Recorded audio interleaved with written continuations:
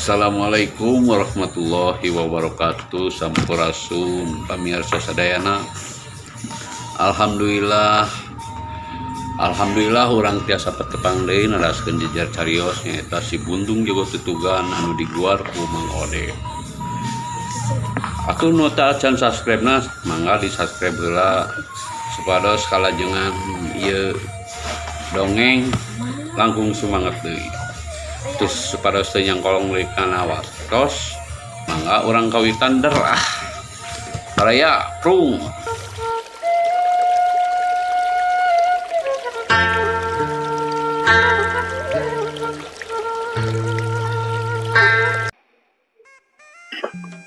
Ki Jandra tadi oge lain teh surti kana dibahayaeun tapi manehna geus nekat untung-untungan nukeran sirah jeung dadana Sudinta tapi manehna teu kebat sabab kareret Bahrawi oge nyurutul deui rokaya Sudinta memang kecing manehna teu nalik deui bedogna sak Ki Jandra malik 80 derajat lantaran karasa aya angin nu nebak ditukangeun ciciren bahaya lep manehna ngalepkeun badana dibarengan ku nyebetkeun bedogna anu nyerepet dasar beteung baru Bahrawi lain deui ngaranjukna jabat di pangadekna ngepost teh malah bedog lawana anu nyolocos lek ngabudakeun si beteungna ku kitu negentak manehna ngaragrageun awakna hal ieu teh pikeun Ki Jandra mah kacida nguntungkeunana lantaran gerakan wekeunna jadi kahalangan ku Bahrawi tolol sia mah Sudinta cekarna balin nu tadina ningalikeun Sudinta anu hampir bisa narok sirah Ki Jandra lantaran dada manehna oge bakal kabeunangan disabet ku bedogna nya manehna ngejat deui tolol mata sia teu sudi teuing ari dada aing kudu belah mah tema Sudinta ukur dina jero hate kituna teh disejen pihak Pantasim anu keur dikarpuk ku Jumanta sarja dolmanan katut cimpo teu kurang hebatna bedog Pantasim terus ngubeng dina jurus turih wajid tungtung bedog teh jadi siga anu ngalobaan sarta sorana meni ngahiung matak nyantarkeun hate geus teu kadeuleu jirimna ukur kokolebatan siga kalangkang tapi lamun keuna kana sasaran geus moal matak menye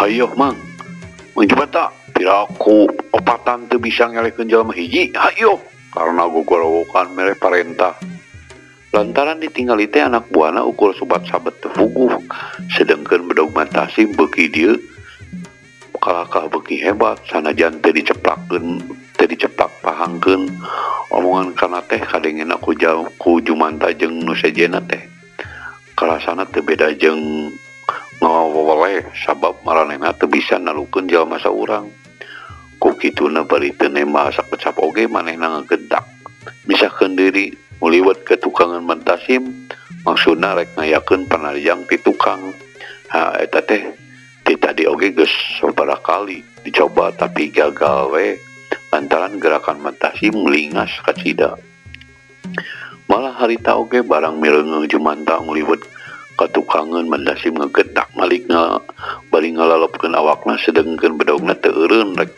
ngarampalkeun suku-suku nu jadi lawan anu keur nyampeuk puguh we tumarepna kadolmanan jeung nu sejen lain di kieu reuasna lantaran jelas suku maranehna teh rek dibuntungan ku kituna rikat kabeh ti babaranting ngarejat ka tukang bareng jeung eta Sudinta ge geus narajang deui Pantasim malik ka tukang bari nutupan badana ku gerakan bedogna terang bedog Jumanta anu keur nyuruntul teh dipapas celik leupas tina cepengan ampun nada hirup ampun cek Sudinta bari beureum bakati ngarasa paur ningali bedog Pantasim anu rek misakeun sirah tina beuheungna geuning sia oge sieun modal mah nya Pantasim nyarita bari tungtungan ku ngagoak leungeunna ngadadak mulapes sarta celik bedogna murag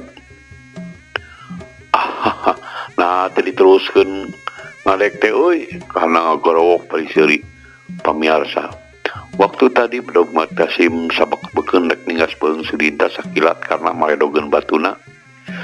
Sanajan teu gede ukur segede muncang tapi tina maledogna teh karena ngagunakeun tanaga jerona. Anu baru karena pikeun Matasim kasidah hebatna tapi kumanehna ngarasa leungeunna komper sarta bedogna murag tina cepengan. Sobat kitu bedog dulmanan sarta katut sarja katut cimpo gesting hariuk rek ngahanca awak Matasim di arah tukang kolebat siga kalangkang cerep bedog teh barang datangna tinggal pras sarta nyempot kana tangkal cau anu malang tukangan Matasim menahoreng nu tadi ngolebat teh tangkal cau waktu bedog ting hariuk kebenaran Aki Musani ngarongheap di tungtung gawir barang bleh ningali jalma anu rek diacak-acak tonggongna bari sasat dibongohan kalawan teu mikir deui gentak ngarebut tangkal cau anu kebenaran aya di gigireun sarta pelewar dialungkeun ka tukangan Matasim anu akhirna bedog teh nganca tangkal cau anu masih ranggang kaku daun.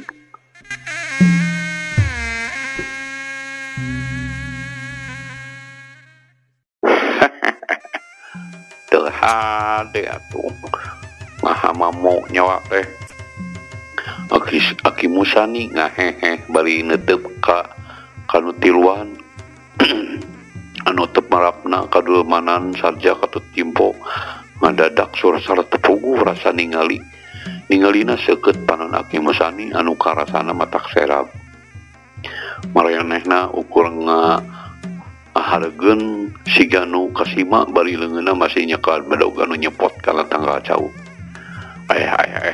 Aki pecek rek timaan ieu teh nyingkah ka ditu. Hayo bisi dibalangkeun ka gawir nya karena gugorowokan sarta matana muncang siga nu rek ngarekep. Bari hatena mah ngarasa kaget di mana jolna ujug-ujug aya dinya sarta najan katingali neges sarempo tapi tanagana kacida rongka. Teu kudu dibalangkeun oge. Kaulah mah bakal balik deui kana gawir. Mana ieu teh mana anu balana yang buncung teh Aki Musani nanya bari ngagero lantaran manehna can apaleun kana ngaranna Andi. Kulaki cek Matasim bari ngagentak nyamberkeun ka gigireun Aki Musani. Pokokna anu nyebutkeun jang buntung teh tangtu ieu aki-aki aya patula patalina jeung Andi. Anu memang harita jadi bahan pikiran anu oge datangna tangtu lain rek maksud goreng lantaran geus kabuktian nyelametkeun jiwana. Mana seorang deui cenah duaan ceuk Aki Musani anu cempeng teh ngomong deui bari panonna museur ka Ki Janta anu masih keur dihuruk ku Barawi sabatuna. Ieu kula Ki Janta anu keur ditarajang ku Barawi nyela ngagorok nembalan perang bari nakis pedog Barawi bari langsung ngejejekeun dampal sukuna kana kakemprongan Barawi ngagerung sarta badanang ngadang pedog wigena jeung ada simting hariuk men tawada Ki Janta ngajauhan anu saterusna ngagentak cicing gigireun Matasim napasna renghap ranjung kacida ripuna dihurup ku tiluan teh ngalawan wigena jeung Barawi anu pangabisana sabanding geus kacida ripuh. Ari ieu sakaligus tiluan ngahurup masih untung bisa salamet diri oge. Cicing Mang Dasim mangkawi usul tah aki-aki teh karena nitah Dasim jeung Sakawi anu tadi ukur lalaju. Mangga jang jaga ada si merikat cengkat terus ngetayap ke Aki Musani dituturun ku Sarkawi biar ngekitu Matasim jeung Ki Janta teh rikat tek ngahadang tapi gancang diwit ku Aki Musani bari nitah mundur serog Ardasim jeung Sarkawi kahareupeun Aki Musani tapi Janta parah deui karawak leungeun Aki Musani teh digegenyang dikencak atuh maksudna teh rek digusur ka hareupeun karena masa pira ieu tanaga pira kadar aki-aki pecek rek kitu ceuk pamikirna.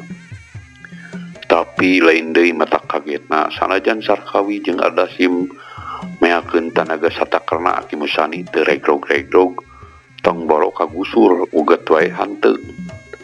Aki Musani tetep ajeg dina tempatna sukuna seolah-olah siga nu nancep kana taneuh.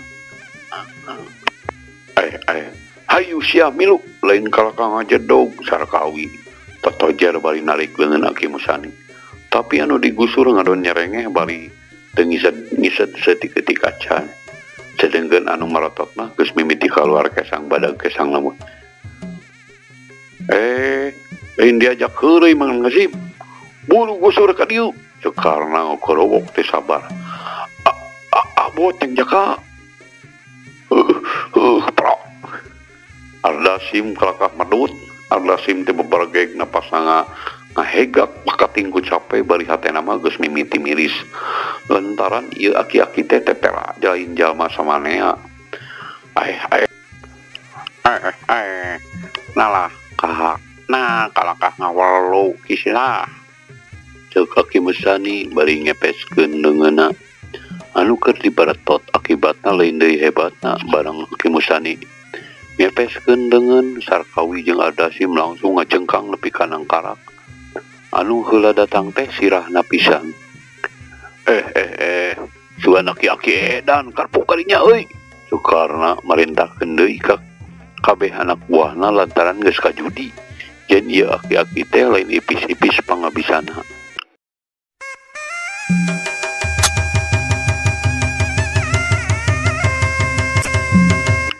Geus kitu mah rob kabeh ngaronom tapi bener-bener Aki Musani teh matak ngagetkeun anu ningali.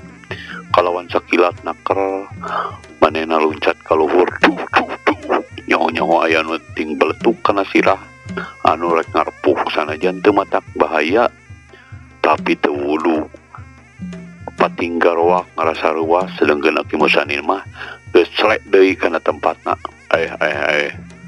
Ya bener ngajago aki-aki teh nyigir kabeh karena nitah anak buahna maksudna Aki Musani teh dek disanghareupan ku manehna sanggeus kabeh nyaringka sakilat manehna lajang ngagunakeun jurus badak cihea. Tapi Aki Musani mah ongko-ongko we ngajega sarta teu aya tanda taya sahayaga nepi ka Ki Jantra ngegero nelingan lantaran manehna mah nyaho kumaha kahebatan jurus badak cihea. Setruk cepot awak Aki Musani ditubruk kecerot wadam paleungeun karena dina tenggeulan ujungan ngahanca sirah Aki Musani. Kabeh anak buahna karena nepi ka ngarenjag komo deui Mantasim jeung Ki Jantra mah nepi ka peureum bakat teuing ngarasa paur ku akibat anu bakal karanapan ku Aki Musani. Anu ceuk pamikiran mah moal teu ngudupung tapi beuk. Bukti anu katingali kacida mata kelokna. Aneh bin ajaib awak Aki Musani terobah tina tempatna. Angger teu cecel teu bocel karena sorangan manehna ngaceblag ke tukang aya kana 5 meterna.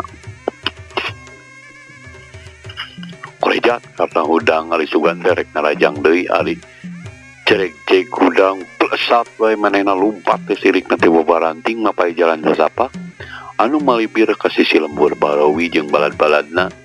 Ningali ke gedugna kabul teh make mikir 2 kali. Teu mikir 2 kali deui. Berengbang bae kabeh lumpat nuturkeun karena anu keur meleteng ka arah lebak. Aki Musani mah ukur melongkeun bari ngahehe. Ki Jantra jeung Mantasim ukur bisa olohok maranehna teu percaya. Karena naon anu ieu kasaksian si horeng si mana horeng ieu aki-aki teh lain jalma samanea. Ayaku teparuguhnya ari manusia zaman kiwari catan oge naon geus kalabur cager. Hayu Sujang urang tarurun kalunya tuh si Ujang Buntung ceuk Aki Musani bari ngareos rek ka tempat ani anu keur dibaturan ku si Medi.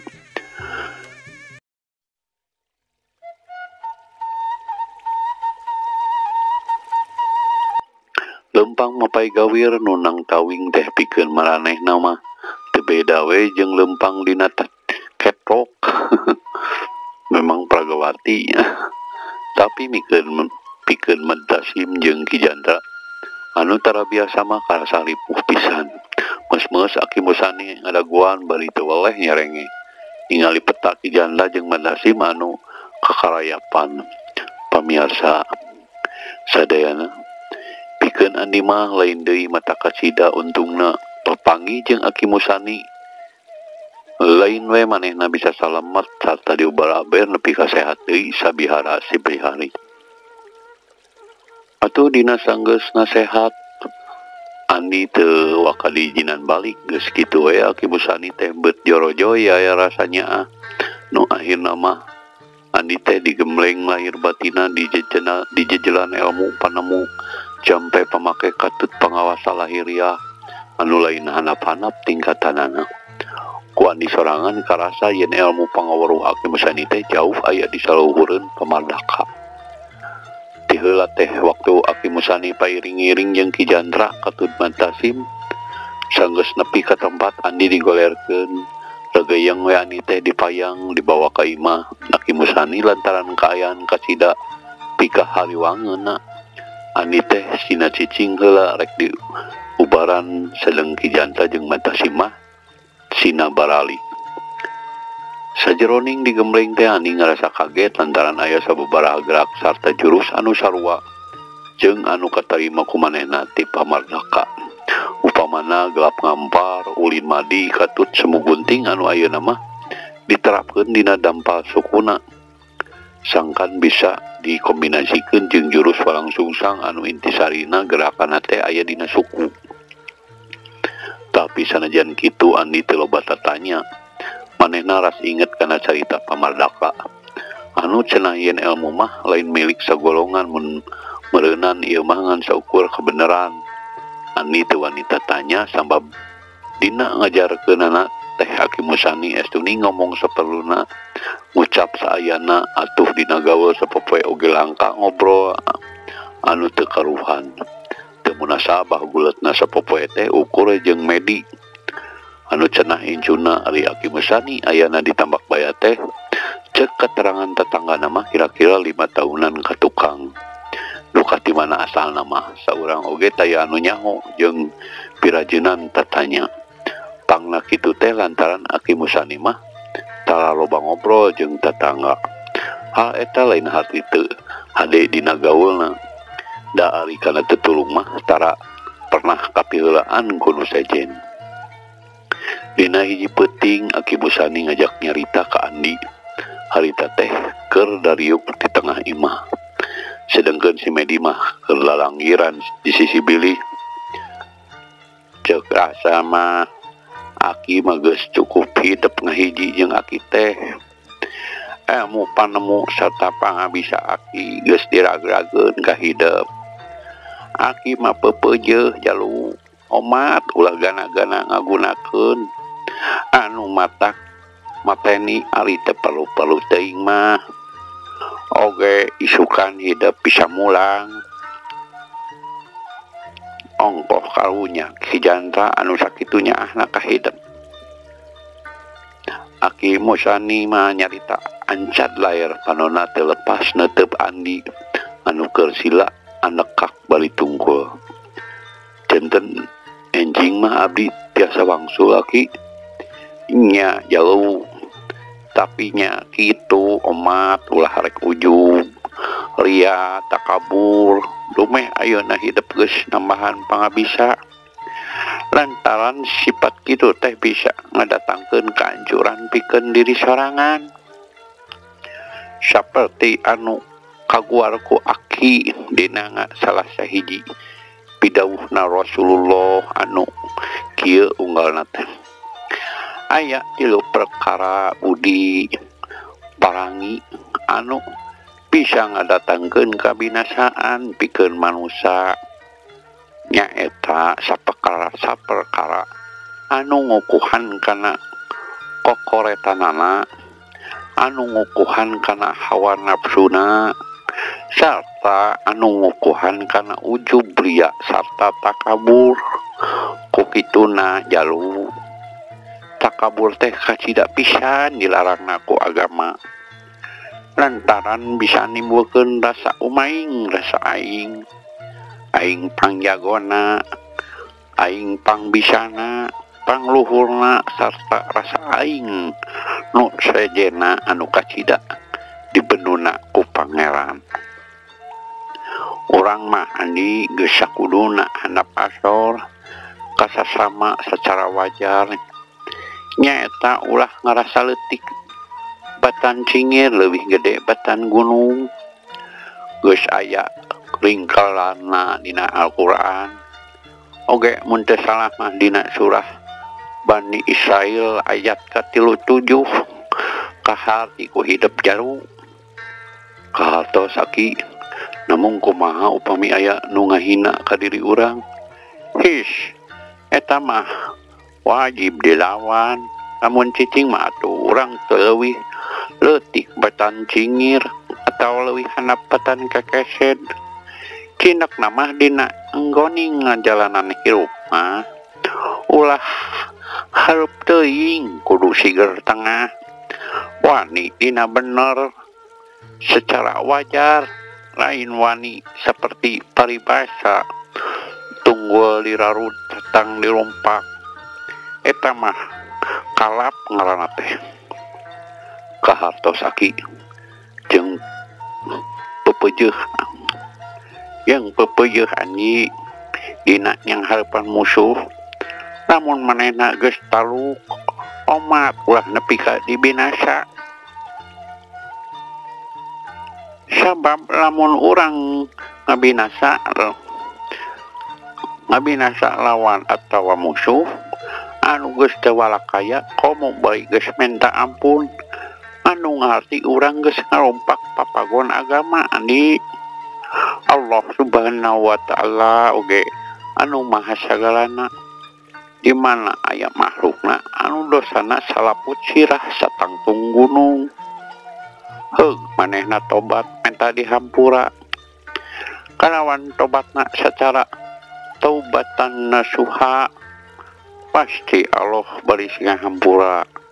Malahan Allah teh kacida mikanya ahna ka makhluk anu tobat minta dihampura sanggosna milampah dosa kaharji kahartos aki pamungkas omat andi hidup ulah nepi ka wani ninggalkeun anu 5 waktu lantaran di mana hidup geus wani ninggalkeun tangtu hidup bakal rugi dunya akhirat.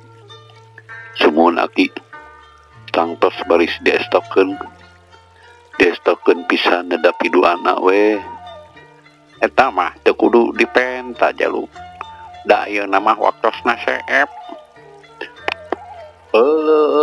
Waktosna pamiarsa sadayana cag dugi ka dieu dongeng sunasi buntung jeung kututugan enjing urang tepang deui. Hatur nuhun ka pamiarsa anu tos satia ngabandungan dongeng Sunda ieu oge tong hilap subrek pamiarsa ngabantos kasumangetan dina neraskeun jejer carita ieu. Hatur nuhun, wassalamualaikum warahmatullahi wabarakatuh.